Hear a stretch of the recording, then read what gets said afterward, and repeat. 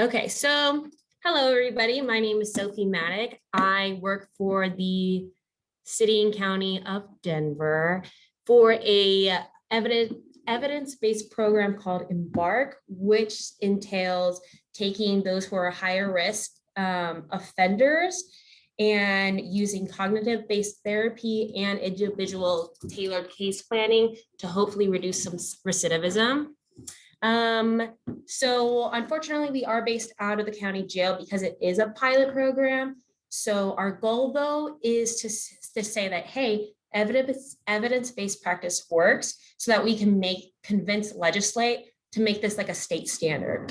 So things I will be going over today is basically the transition process, evidence-based practice principles, statistics, and then some assessments that health employers may see, but it would be, or you may see, or things that you have the right to access, because a lot of our clients do automatically sign release of information for most hospitals. For us currently, since we are Denver County, we have an automatic thing with Denver Health. So if we ever have to refer to you guys, things that you will have access to knowing is where are their high risk areas, and then what is their relationship with substance abuse? Is it self-medicating? Is it something that they have a history of like potentially abusing? Are they med seeking?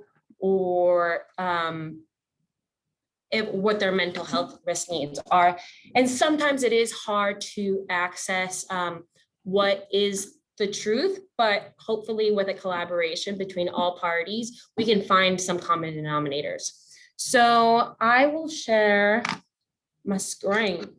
Let's do this. My mouse is very good. Share screen.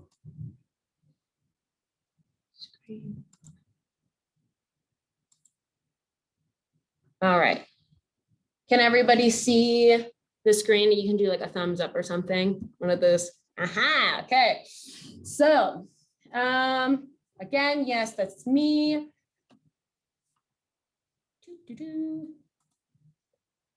So first things first, this is kind of a general flow chart of what we can expect in terms of the transition process.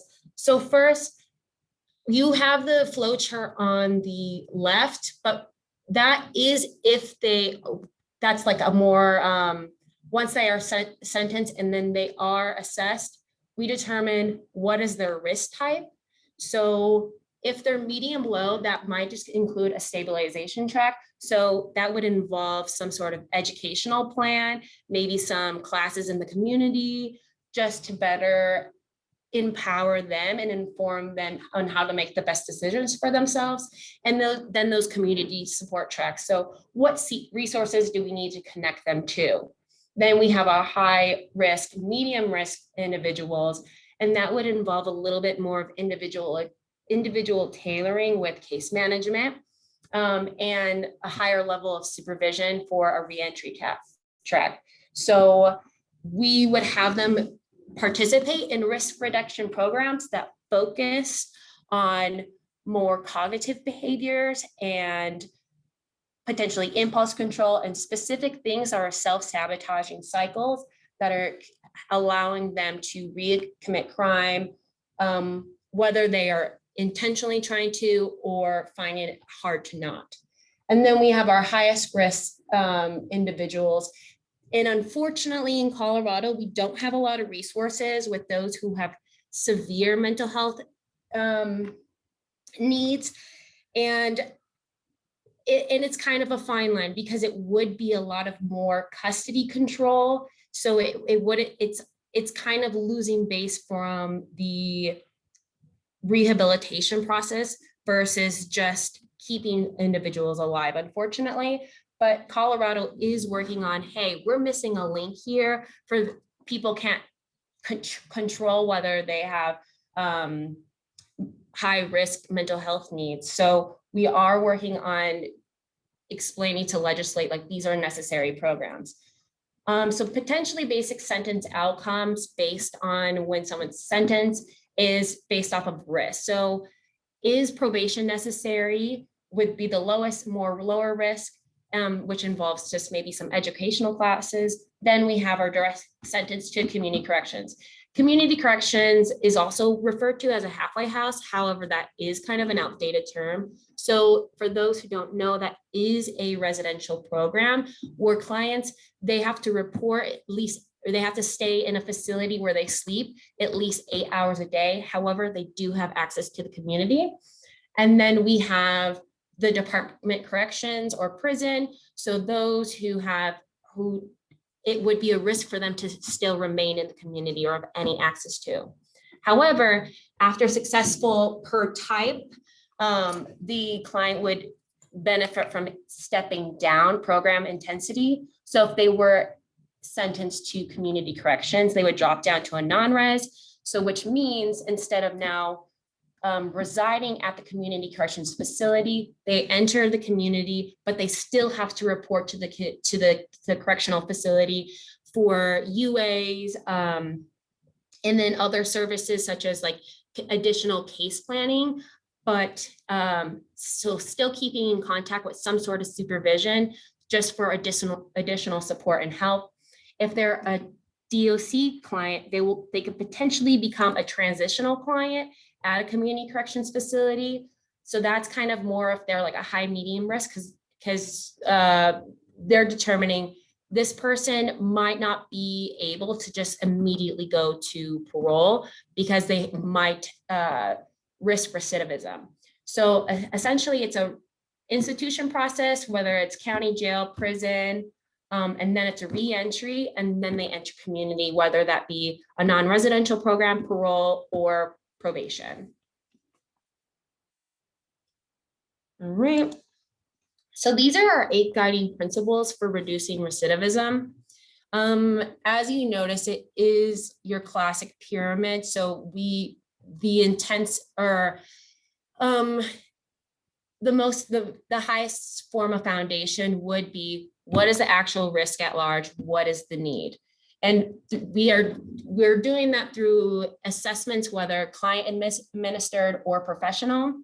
So that would include measuring several areas to say, okay, where is this problem? Where is this client's actual posed risk, whether it's criminal thinking, whether it's criminal personality, substance abuse issues, family marital issues. But we'll get into that a little bit later. But first we need to find out, okay, what are the things that are holding them back from being successful? And then once we can actually target that, we're going to enhance intrinsic motivation to help them feel or guide them that, hey, if you address this area, this can potentially benefit your life. So we definitely stay away from fear-driven programs. We want to say, instead of, how is this going to hurt you? How is changing this going to help you? So instead of saying, hey, meth is bad for you, our job would be so easy if that just worked. So instead we're saying, hey, how can practicing a responsible relationship with substances or maintaining sobriety, how is it going to benefit the areas in your life that you care about? How are these going to represent the values that you say that you care about and the goals that you say that you want to reach? So if we create that, it will be more of an aha moment, because that's something that they'll figure out for themselves as a self-identified benefit versus the benefits that we believe could be impactful. And then we're going to say, we're going to hit our sense of target intervention. So they're saying, hey, I found this determination, I want to do this, but maybe that theory is great, the application needs some work. So this could be like the trial and error period. So saying like, this is the identifying the need that actually needs to be intervened. So if they're having a problem behavior such as impulse control around saying no to, or having boundaries with maybe some pro-criminal peers, we would say this needs to be addressed. And then how that potentially can be addressed is through skill train with direct practice. So, okay, if you're having troubles controlling your anxiety, let's practice together on some breathing techniques, some grounding techniques, or maybe some pleasant imagery. So that, and then doing the actual work together. So it is kind of like training the muscle memory, training the brain of, this is something that I can practice, and this is something that's going to turn on in my brain if I find a need to use it in a future event. And then we'll increase positive reinforcement, as statistically that is more beneficial than negative reinforcement. So most programs, if following and meeting fidelity with evidence-based practices, you will find that it's more we have incentivizing programs. So if a client shows up to class and participates, and it's you can tell it's a little bit more of a genuine sense of output, we're going to be like, hey, I don't care where you're at, but we care that you care. So here saying like, this is for you, for working on you, whatever area that might be, versus saying, oh, you messed up today, like you're going to get a write-up, you're going to lose free time or whatever that might be. Because a lot of people can accept that sort of consequences. And a lot of time, if they know it's a consequence, they're just okay with it. They might be a little bit more comfortable with consequence versus saying, hey, it feels good to make a behavioral change because I'm having something that's gaining to my life to commit to it. And then engaging ongoing support in the community. We do consider that a lot of our clientele does not have traditional family setups. So whoever they are in the community, that we consider someone who holds them accountable and is supportive, not just financially, but emotionally, and supportive towards positive behavioral change, then we want to engage them as much as possible. So that starts out as early as possible too. So if a client is in a community corrections program, what we would do is include them within case planning. So it's not a foreign idea when they do enter the community, and having those conversations about what does it mean to challenge shortcut thinking or cognitive distortions. And then at every 6 months, you can see the ring around the guiding principles. We want to monitor and measure to see what's working and what's not. What do we need to reassess? And then providing that consistent positive feedback, or providing feedback with positive reinforcements, is saying, hey, you said that your goal for the next 6 weeks is to manage your mood swings, or to control your sense of impulsivity. And you've done that by reframing your thoughts, or taking a step back, or calling someone that you care about before you commit to a decision. So acknowledging what they're doing right, and then giving them maybe like points to buy like a snack, or giving them extra free time in the community. So an example of this in practice, let's just say I want to be the best skier on earth. So I have to first assess, okay, where am I bad at skiing? Or why do I need this? Why do I need to ski? Let's just say it just makes me a better human being, whatever. And then I have to ask myself, okay, or my friend would ask me, okay, how will this benefit your future by practicing skiing? It might increase my sense of fulfillment by engaging in meaningful activity. I can identify it as being a good physical activity that can improve my health. And then having that thing is like, yeah, those are things that I want for my life. Okay, now I feel motivated because now I find this important to achieve. And then my friend who's ever targeting some sense of intervention will say, okay, so you say that you want to do this, but are you practicing your control of your speed? Are you making sure that your balance is right?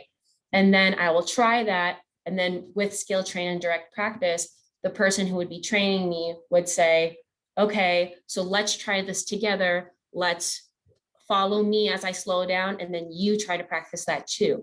And then I could feel defeated if I'm not getting to the goal that I say that I want.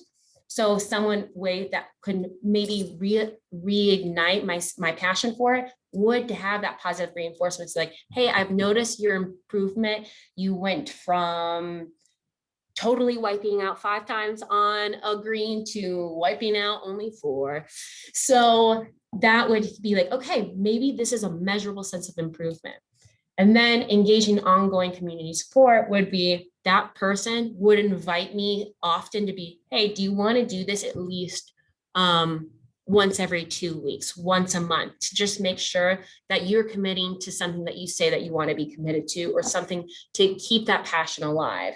And then maybe the monitoring process would be throughout the years, okay, this is what I was only able to do a green this year, but next year, I was able to do a blue.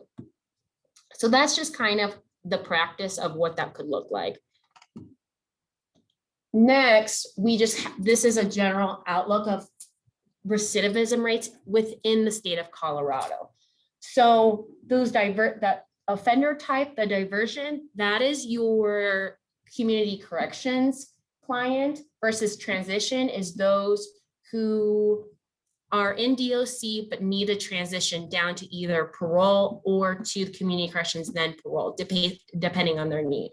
So the success isn't the worst thing in the world. However, it's still running around the 50th percentile, and that's only the first, that's only based off of one sentencing. So they can be successful and then recommit after some time later. And depending on their risk, that it can go up, and which I will show you the different risk levels, but that can go up by 10% each time of being unsuccessful. So we have the transfer types would be potentially moving into different different institutions, whether that be another community corrections house or transferring to another DOC. So those are kind of like more of a neutral stance. It's not really saying it's successful or unsuccessful. Then we have our escapees. So those are people who would leave the facility, and obviously without permission, and they can they're facing a new charge. So it used to be a class 3 felony, but now it's considered a misdemeanor as long as they don't have any violent charges. So if someone does have domestic violence, if they have a sex offense case, then or something more aggressive or serious, like maybe a class 1 or 2 felony, then that escape would be considered a felony. And then we have new crimes that are committed. That could be within or without of the halfway house. So let's just say someone has a protection order against their victim, and then we find out they've been calling them and threatening them, which would be menacing. So that would be a commit of new crime, or they just end up stealing somewhere and get charged. Then we have outstanding warrants or pending crimes. So this could be something that they've done in the past, but are just they never turn themselves in. So then that could pop up. In-house or technical violation. So clients within their incarcerated facilities may have severe write-ups or COPDs that would allow them to say, hey, this person's not doing well under our management, so they're not successful. They have to go through the next level of supervision. Then we have our reject after accepts. So this could be clients who they were referred to a program, and then they didn't, and then immediately we realize, hey, this person is not going to do well here, and we're doing a disservice to them by keeping them here, because either they're really affecting other clientele, or they can't even grasp this right now because they're just not they're not at a motivational level to be ready. Then we have just like other, which is like smaller percentages of, we're not really sure, likely because the case manager didn't report to like what happened to them, or unique cases. So even though we have a success rate of like around the 50th percentile, that still doesn't say what's successful after that. And the reason why, and we can do better, but where we fall short is the lack of evidence-based practices, because facilities tend to they focus on more punishment versus rehabilitation, because frankly, it sometimes can be easier. There is this stigma and unfortunate culture of an us versus them, and that really prevents any sense of togetherness, and it decreases the sense of like wanting to genuinely empower the clients to reach their personal goals versus the facility goals, which is dropping clean UAs, making money, and having a job. So these are the things that we would consider within correctional programming that give us an indication, where is the client going to recidivate, and then, or what do we need to consider to avoid that? So the first thing we would look at is their sense of risk. So this is the likelihood or probability that the offender will recidivate. The intensity is matched with the offender's criminal risk level. So in terms of treatment, so high risk persons benefit from more and high intensity treatment. And again, like in terms of where they are sentenced to, something that hopefully the judge or the DA would consider is, would it be a disservice to this client if we put them in too intense programming where they're exposed to people who have high criminal thinking, or would it really hurt them to be in under treatment, believing that they're potentially above it and they're missing sense of real need? So versus putting someone in just an educational class versus a more intensive class in terms of like substance abuse or mental health. And just to keep in mind, the term risk is not necessarily correlated with violence or danger or serious or a new offense. So when we are giving feedback to our clients on being like, hey, this is where your risk level is at, which I will show the assessments eventually, we always like to emphasize this doesn't necessarily mean higher bad, higher evil. It's just saying you just have more obstacles to guarantee that you are going to reach the goals that you say that you want. So that's first risk. Now we have the need. So this is where we kind of more tailor the programming of, okay, this is how likely versus how likely you're going to recommit versus what do we need to address to make sure you don't create that risk. So these are going to be factors that contribute to criminal behavior and lifestyle. So some of these would include antisocial attitudes, criminal associates, and substance abuse. And when we say the word antisocial, we're really just meaning anti-society, or we would say pro-criminal. And sometimes that is confusing when clients see that too, because they're like, what, I'm not that shy. So then we would want to have effective treatment aimed at criminogenic needs that reduce criminogenic risk. Then we have responsivity, things that we should keep in mind in order to have like the most effective treatment. So one thing that we would consider besides their risk and needs is their learning style and personality and skills. Does this person have dyslexia? Does this person not know English very well? Or where do we have to assign them to a case manager who speaks a different language? Are they hard of hearing? Are they old? Do they have a TBI? So those are things that we would consider, especially those so sometimes we have required classes, but if we consider their age, is this person going to benefit from getting a GED at 60 something? Is this person going to benefit from going to vocational classes at 70 whatever? So those are kind of things that we're saying, are we over treating clients with unnecessary protective factors when they've already done life enough as it is? So as I was speaking on the criminogenic needs, these would be the things that we would address. And these are going to be the things that have the biggest impact on recidivism. So antisocial attitudes. So that can also bleed under beliefs and thoughts. So what is the client actually thinking? This could be an example of this is exactly how I'm going to get away with something. This is my plan to manipulate this person. Then the antisocial behavior or low self-control would be the sense of impulsivity. Maybe they don't want to engage in this thing, but they have one of those F-it moments and they just have to do it. Maybe the opportunity to sell meth or buy meth is right in front of them, so they want to engage in that. Or they don't know how to control their anger, so they're going to potentially create some sense of assault.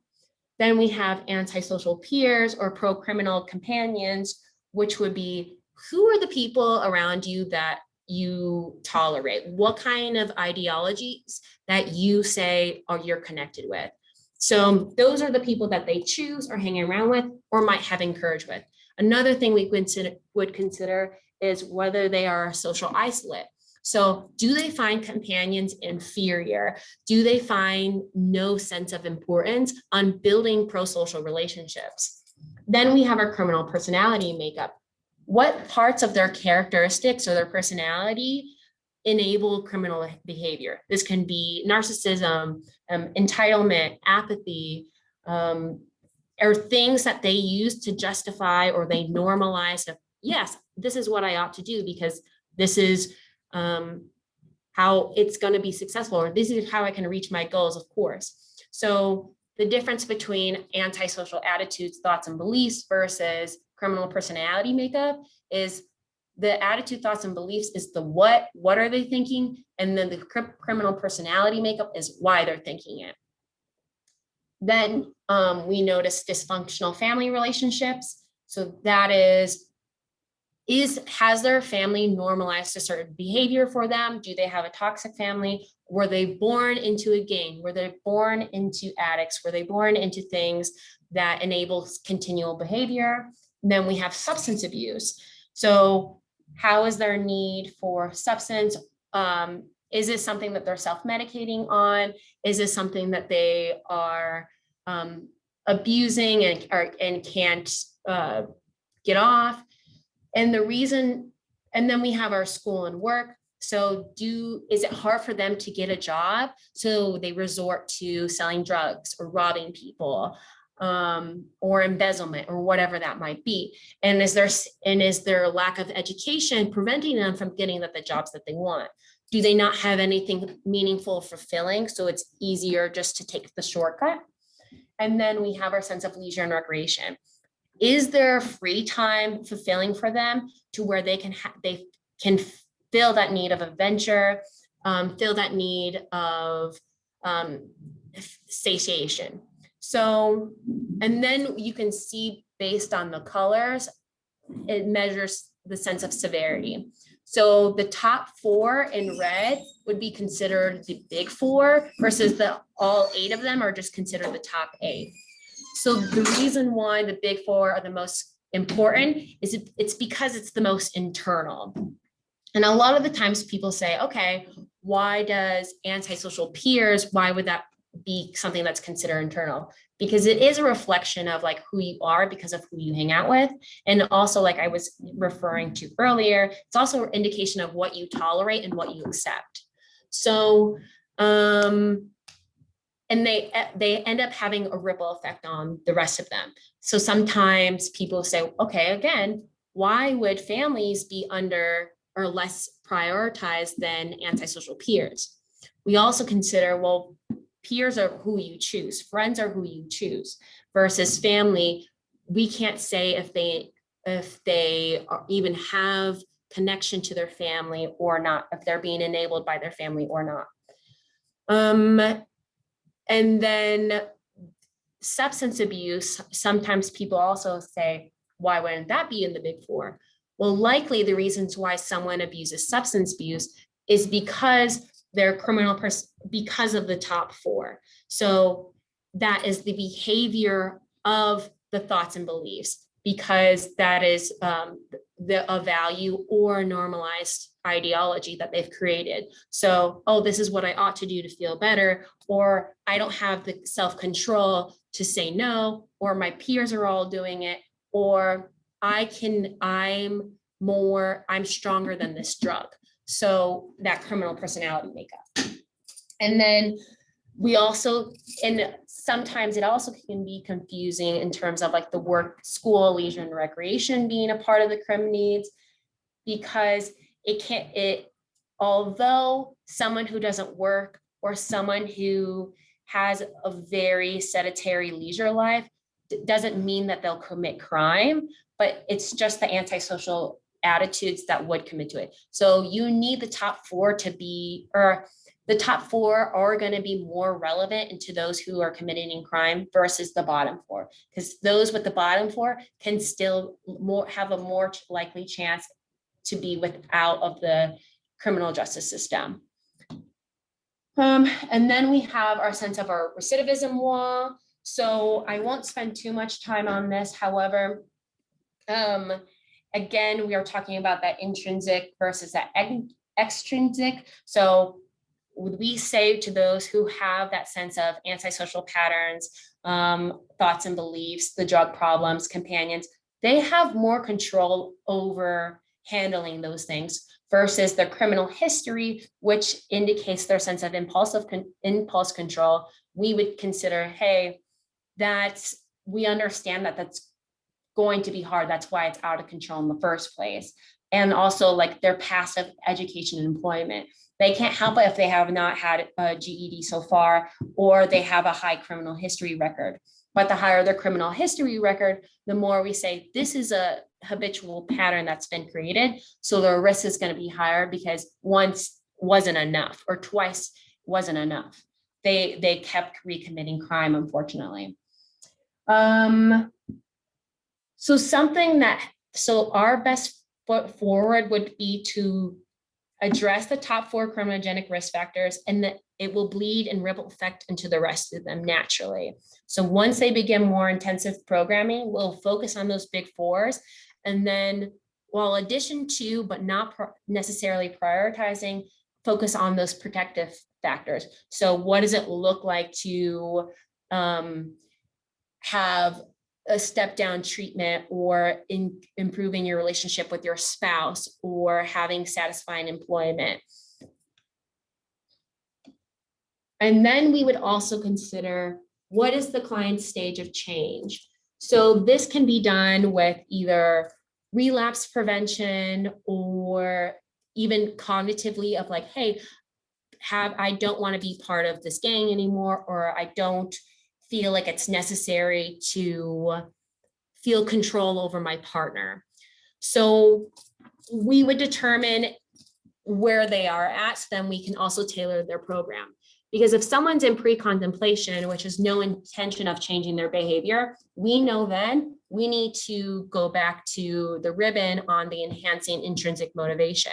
We have to give them some insight to being like, for them to figure out for themselves, what would it look like in terms of positive impact if I did make a change in my behavior, if I did make a change in my routine. Then we would have someone who's in contemplation. They can identify maybe a problem exists, but they're not really committed to doing anything about it. They kind of have this acceptance about it. So in that stage, we'd say, okay, this is more, maybe you need more self-education so you can decide what's going to work best for you do you have all the information to make the best choice for yourself? And then there can be that preparation point, which would also bleed into sense of determination. So there's an intent on taking an action to address the problem. So, okay, making the game plan and then going into action of committing to that game plan.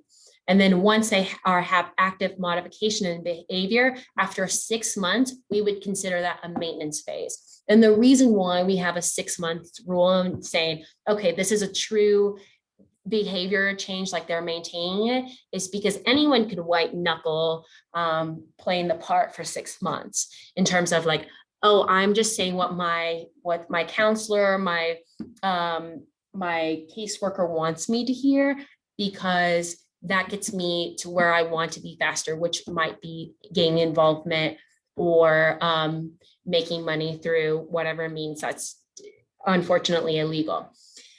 However, relapse can happen at any stage. I know it's kind of like the cycle it just happens to be right there, but relapse can happen between any phase. So they can just go back one step, but they can still move forward. So just because relapse happens doesn't necessarily mean they fall over. We also consider if something's just a lapse. So is it a full fall back on old behavioral changes, or is it just someone's having a bad day or someone had a bad week and they don't really necessarily know how to follow that tragedy? So then we would also create some sort of preparation plan to address future relapses in terms of prevention. So things that Denver Health has access to that may be beneficial to dealing with, especially long-term patients, is this is their level of supervision inventory, or otherwise known as their LSI. So, and I'll get a little bit more into the areas that are more beneficial to healthcare workers. However, we would consider, so it measures criminal risk, which is the total score.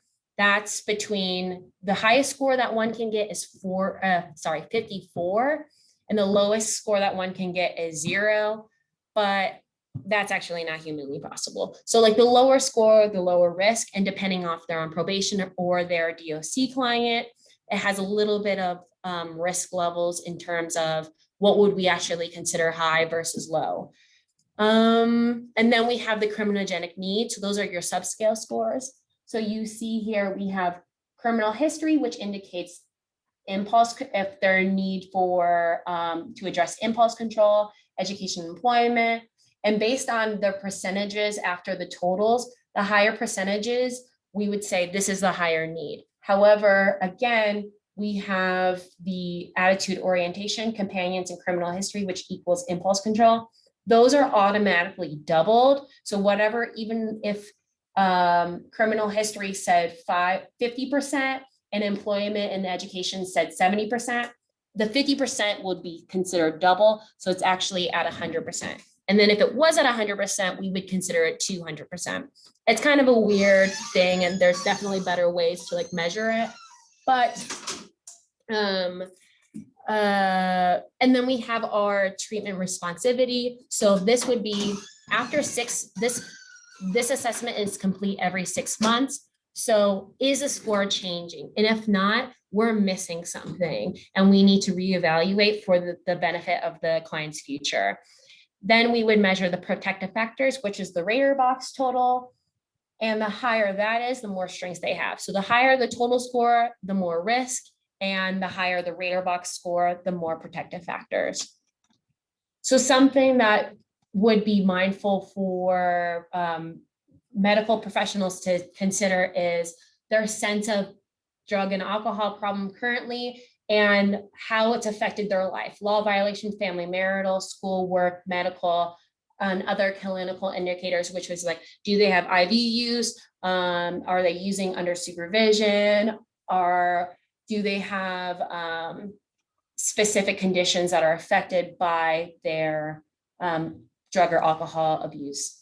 So, and then we have the rater box guidelines. So this little box where it has the 1, 2, 3, 0 would mean this person absolutely has a dependence on it. 1 would just be an abusive relationship with it. 2 would be no, not necessarily abuse. And then 3 would be abstinence, or they just don't have any sense of, or they have a very like responsible and positive relationship with it.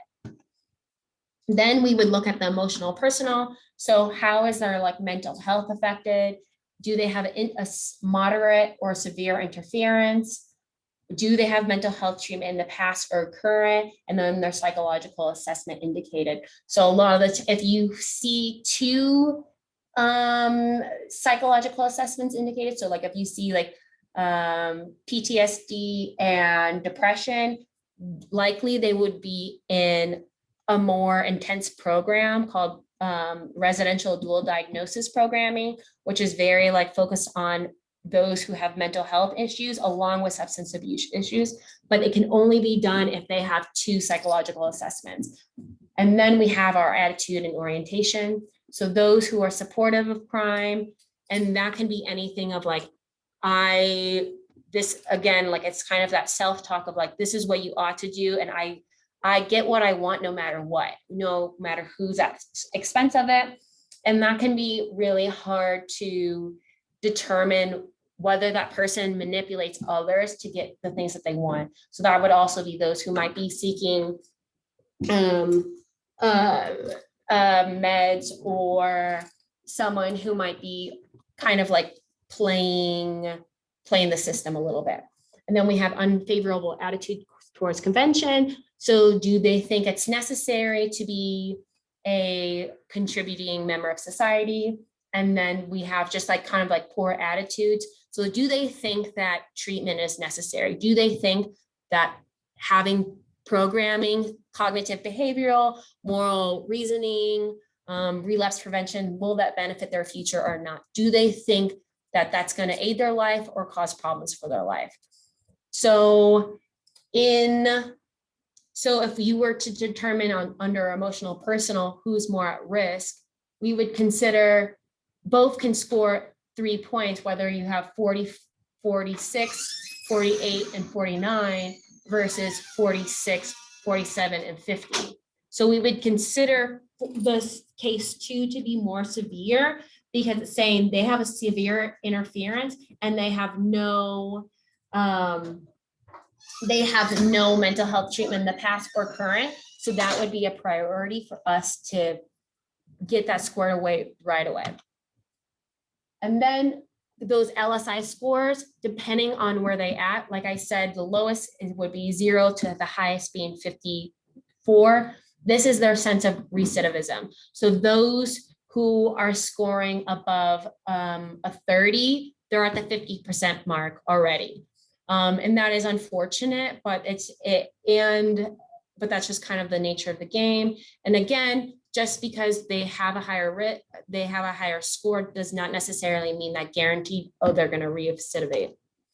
Something that they are automatically given once they get into any program is they kind of explain their relationship with substance abuse within the past 6 months of community. We really do try to be mindful of those who have long histories of substance abuse, because we don't want to punish someone who has been practicing sobriety voluntarily for the past year, or who has never really necessarily had a dependence problems. So some of the questions that you can see is like, have you had any health problems because of it? Have you had any head injuries? Have you ever felt coke bugs? Have you ever got depressed when you stop? Do you use needles? Been injured after the fact? Some things that we also say or would consider is, do they think about a lot of time do they spend a lot of time thinking about trying to get drugs or alcohol? Is this something that they're cognitively motivated by? And then, or is their relationship where it can be a little bit more risky, like they're breaking the rules, breaking the laws? So those are going to be the things that we would consider of like, okay, do they have a sense of control over this, or is it hurting them more than they think? And then this is where they would score it out. So if they have a total score of 4 or more, they would be referred to substance abuse treatment. And if they didn't, then they might benefit from an educational class, especially if they have some history with it. But for the most part, they would be referred to either a outpatient treatment or an inpatient treatment, depending on their relationship with the abuse. Then we have the adult substance use survey. So this would be kind of also determining whether their involvement is, or one, it would be considering the top popular drugs or the most significant drugs related to crime in terms of their alcohol or drugs involvement, and then their disruption, what about last 6 months, and then their perceived benefits. The disruption and perceived benefits would be something that we would focus on the most. That's why I've highlighted it in white. So if we see someone who has more benefits than disruption compared to like the average user, then we would say, this is going to be really hard for this person to like lose their relationship with something, a legal substance, versus someone who has high disruption and low benefits. We would say, okay, but they still have high involvement within the last 6 months. We would say, okay, they understand that they have a high disruption with this, but yet they're still wanting to use, which means they might have to use in order to like maintain normal functioning in terms of biomedical health or psychological. Something else that we consider would be number 10, defensive. If it's high defensive, then we kind of get an indication of maybe they weren't very honest in their assessments. So we would try to work on building more rapport and then reassessing them later.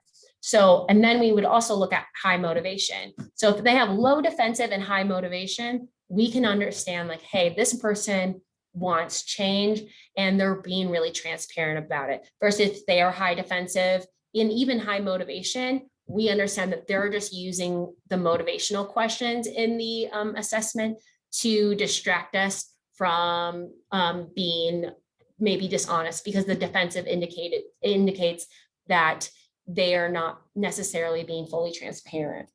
And then we have 14, 15, 16, 17, and 18, which is comparing to inpatient or intensive outpatient clientele versus the rest of the statistics is comparing to your general populations. And I'll show a little bit there. So this would be an example of one being filled out.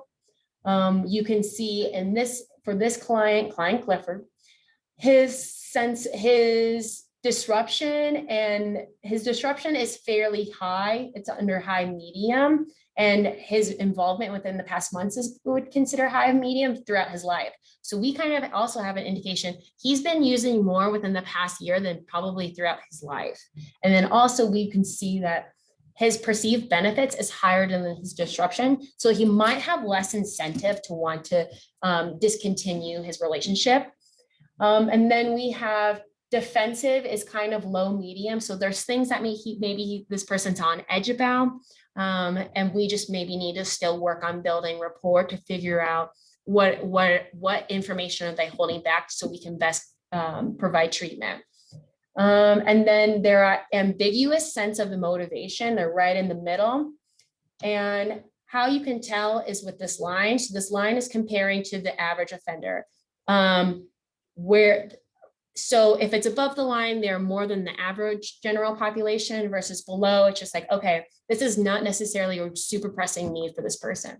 So in this regard, we would say, okay, this person's mood and psychiatric needs are considered very high compared to the average, and their perceived benefits are high too. So we would have to consider like mental health evaluation and increasing that motivation to find benefits for quitting.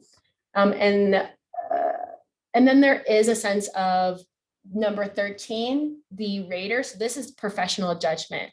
So 1 through 18, this is what the assessor thinks after interviewing the client of how ready is this person to make change, or how likely do they believe they have a success. And this person believes just under average. So that's unfortunate for Mr. Clifford. Then finally, we have the 5 dimensions for placement. So something that we consider and would be beneficial for us is understanding, okay, what is their medical needs? Do they have any physical illnesses other than withdrawal that need to be addressed or that may complicate treatment? Do they have any chronic conditions that may affect treatment? Something that's unfortunate for us that would be helpful in terms of like building our relationships with health agencies would be having that sense of ROI. I mean, like, is there something that this client is not disclosing because of negative stigmas? So a lot of the times they don't really like to talk about potential medical history because they feel ashamed, especially when it comes to mental health, and especially within our male populations, because of having that label between the rest of the residents. So we would want to also consider that if they have a TBI, is the curriculum that we're trying to give them, or the programming, especially cognitive behavioral change, is this too much, or do we have to make some sort of modification so they can really absorb the information? Then we try to measure their emotional, behavioral, and cognitive change. So how do they feel? How do they act? Is there any psychiatric illnesses or psychological, behavioral, or emotional problems that need to be addressed that could potentially complicate treatment? Is there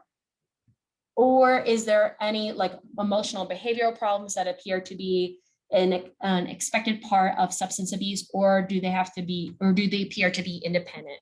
So how do they balance their sense of emotional regulation?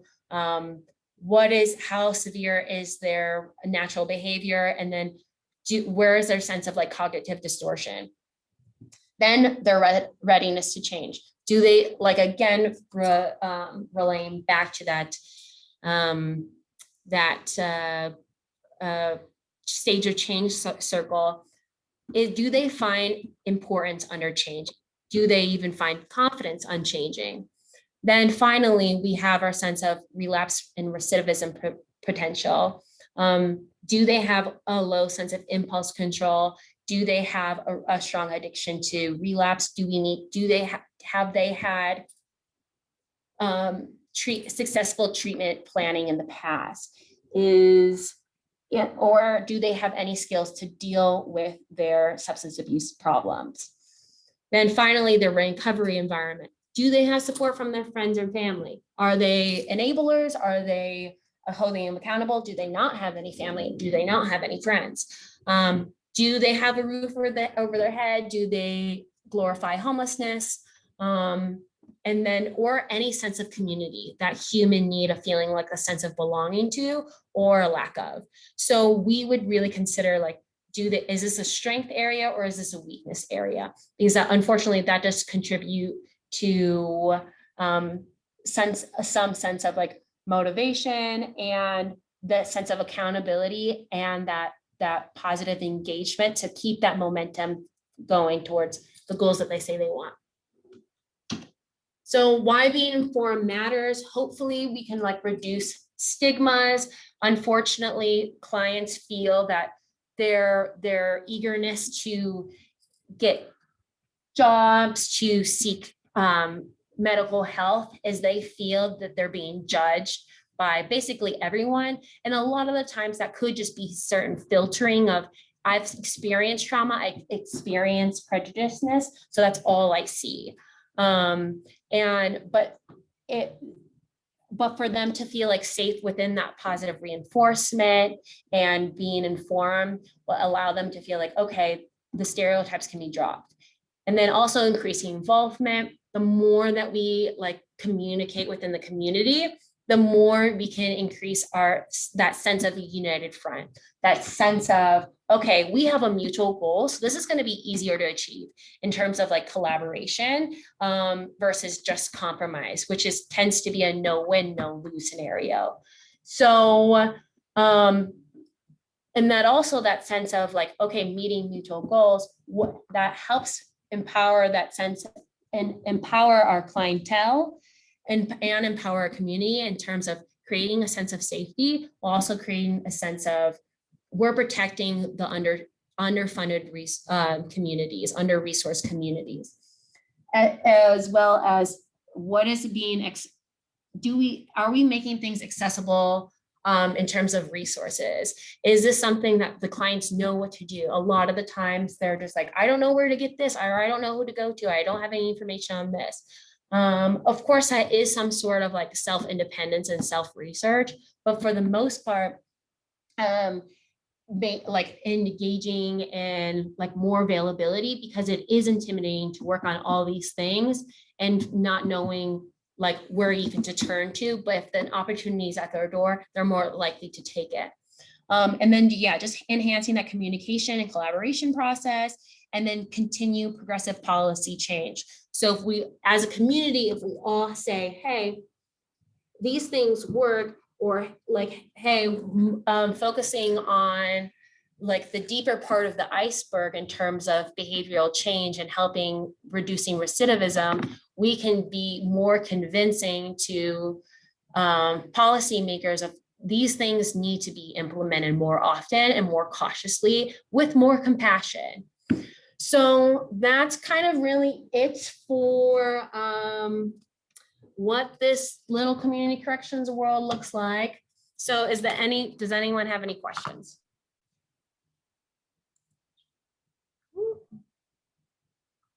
Now I have tons of questions. This is so cool. I mean, it's kind of sad that it's taken so long to, I don't know, have a thing where, focusing on someone's community life and mental state and, I don't know, personal risk factors is like, I don't know, it's wild. So we haven't had that before. But so probably the biggest, I don't know, subset of a population that we all see healthcare wise that you see in the jail is people that are using substances. What percentage of your clientele do you think have like substance abuse problems? 50%.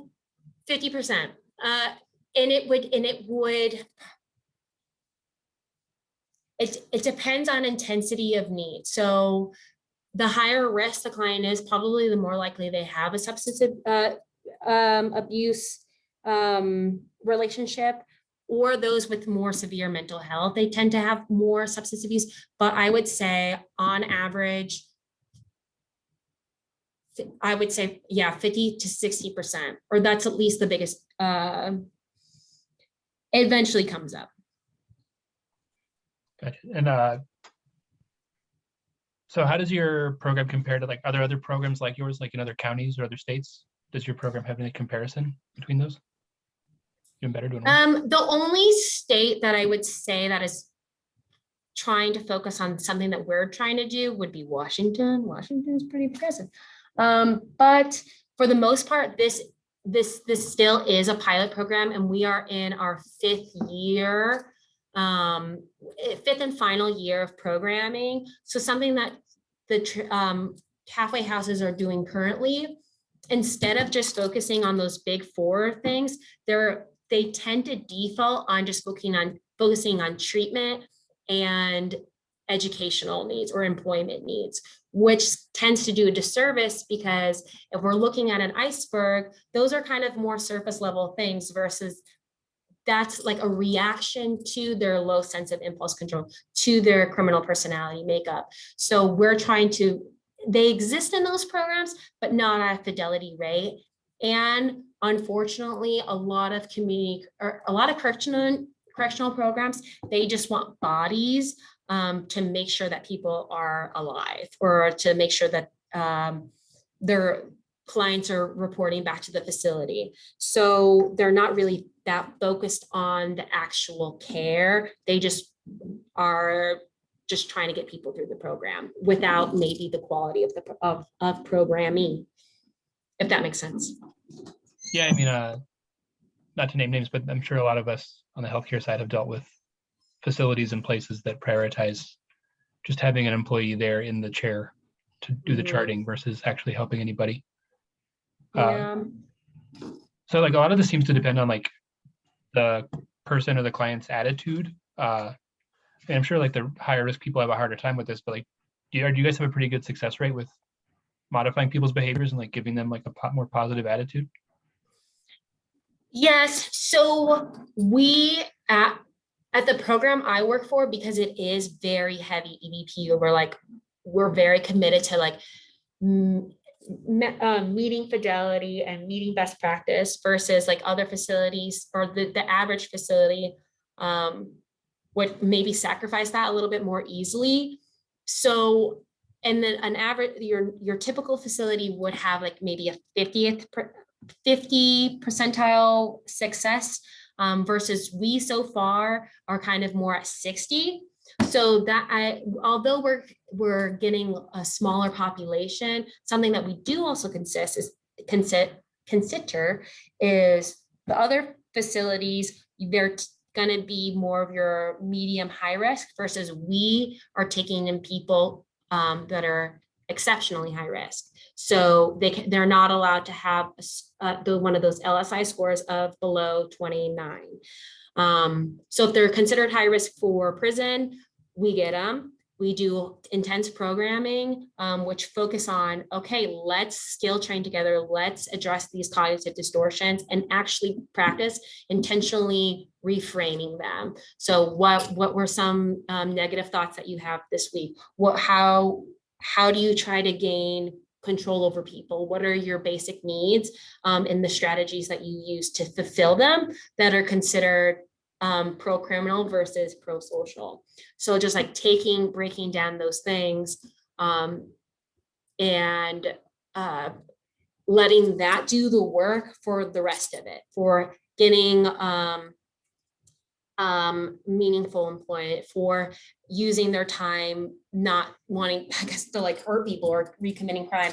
But I would also say that another thing, statistics that we see a lot is just gang involvement, because it is this symbol of respect. So and it's like that normalized criminal personality makeup of, this is what I have to do to feel that sense of belonging, to feel that sense of community, and feel desire of respect. And they really believe that that's like nowhere else. And that's where that glorification comes in. And that glorification is continued to be justified through the antisocial thinking. So that involves like, okay, no questions asked if you need to go shoot someone, because this honors that sense of loyalty. So kind of saying like, you can still value your value of loyalty, but how can you do it without sacrificing things in your life, like your freedom, being away from your children, things like that. It's pretty incredible that you have that kind of success rate with those kinds of people. I mean, that kind of speaks to the thing. So this is your last year. This I think is my last question too. Okay. Is there like a plan for expansion? Are you guys going to like be around more in the community? Well, yes. So it's actually potentially tomorrow. So County of Denver is going, they're going to meet with city council and they're going to vote out. We have some private correctional facilities in the community that tend to stick with a little bit of outdated methods that are not really focusing on evidence-based practices. So tomorrow, Denver is going to advocate the need for it, and they are going to use some of our statistics to say this needs to be implemented everywhere. We find out tomorrow, but even if it's not successful, it's still going to eventually happen. So with the private community corrections and facilities that still, because we got rid of private prisons, but there's still a lot of private community corrections. And if it's tomorrow, if they decide they can cancel it by effective in June, and Denver will retake over those facilities. And if not, then they'll probably only likely be extended for another 2 years. So then maybe they can find a little bit better of a transitional plan, but it's still in the work. But either way, Denver, at least the director of community corrections, he's very gung-ho about, okay, we need to, punishment's not working. Expecting militants isn't working. We need to like let these, we really need to focus on, like aiding these distortions by having like intensive classes on less service level things, Well, that's great. That's great to hear. Woo, I know. And thank you so much for doing this. Huh? And thank you so much for doing this. Thanks for the opportunity. And anyone can email me. I can email you the slideshow if you want to pass it along to anyone. And yeah. That'd be great. Okay. Yeah. Well, thank you guys for joining me along this journey.